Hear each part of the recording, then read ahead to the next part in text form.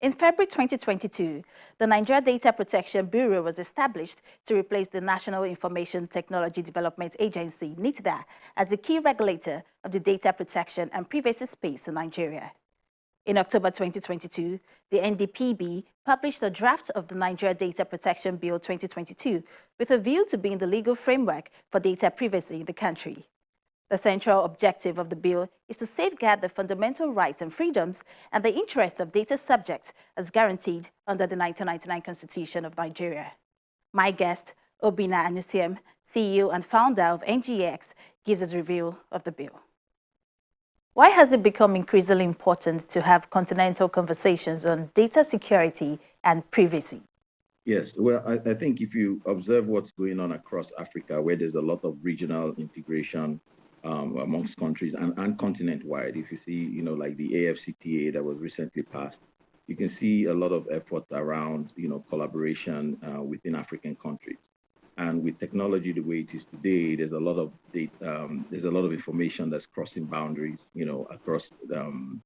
crossing boundaries using technology. So definitely, privacy and data security, ensuring that countries are aware of what's happening with the information that their citizens are providing, where it's going, how it's being stored, and all that is essential. And essentially, as Africa is positioning itself to be one of the growth engines of the world, it is essential for Africa as well to be a good constituent of their own data and understand what's happening to the data and figuring out how best to maximize the opportunities that the data offers. Can you give a brief overview of what the Nigeria Data Protection Bill is about? Yeah, so the Data Protection Bill is really kind of like more of an extension of the NDPR, which was passed by NITDA in 2019. Essentially, it's just more providing more of a single entity per se, or single custodian of data protection for Nigeria. So what it does is that it provides a legal framework for the protection of data for Nigerian citizens, more in line with ensuring that the citizens get the rights and freedoms that were enshrined in the 1999 Constitution. So if you understand what the NDPR, which was passed by NITDA a couple of years ago, this just provides more of an institution and a framework that says, they are going to be responsible for data protection for Nigeria and Nigerians. And what is the core objective of the bill? The core objective of the bill is really around ensuring the privacy of the data that Nigerians provide, Nigerian citizens provide. With the NDPR, it was more around Nigerians anywhere in the world, but this bill now provides more protection just really for people operating in Nigeria, Nigerians in Nigeria. So again, it's just really around ensuring that the information that you provide to entities is really secure, and the entities are held responsible for the security of the data and ensuring that they communicate to the individuals that they receive the data from, any breaches, any issues with the data, and complying with the regulatory environment. There have been attempts since 2018 to pass a data protection bill into law, but without much success. Is there any confidence that this will change soon, especially with the entry of a new administration? Yes, I think so. I think, there's been in the last couple of, I'll say maybe 2 years or so, there's a lot of accelerated effort to actually get this bill out. I think in February of 2022 was when President Buhari established the Data Protection Bureau, and that the Data Protection Bureau is the one that spun off this bill. And the bill was initially, the attempt was to make the bill, at least get the bill assented to, I think by December of 2022. And I think that didn't happen. But the FEC, as of February, I think of this year, approved the bill, and then it's moved on to the National Assembly. So I think it's just a case of, time just ran out with this administration. But right now, I think to the best of my understanding, it's at the National Assembly for ratification.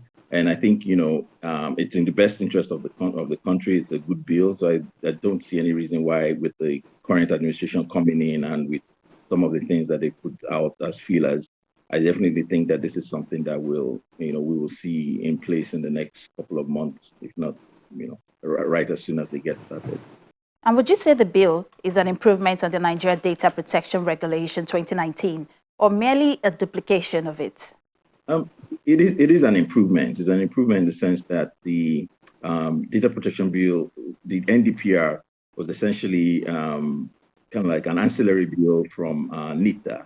And what this does is that it provides kind of like a standalone bill that establishes a commission and then clarifies and closes a lot of gaps the NDPR had. As essentially like in this case, there's certain things where, for example, the NDPR focused more on the data subject, which is somebody like you and I who are providing information and protection for the data subject. But with this bill, it extends it further and talks more around the data controllers, the data processors, and the data controllers are those who determine how and why the information is collected and processed. And the data processors are those that process the data. So this bill takes what the NDPR did or stated, and then extends that. And in fact, it is actually transitionary, where the bureau, I think the bureau is actually going to transform into the Nigerian Data Protection Commission. So it is definitely a good bill that and improves on the existing regulation. How will the bill ensure data protection at its maximum?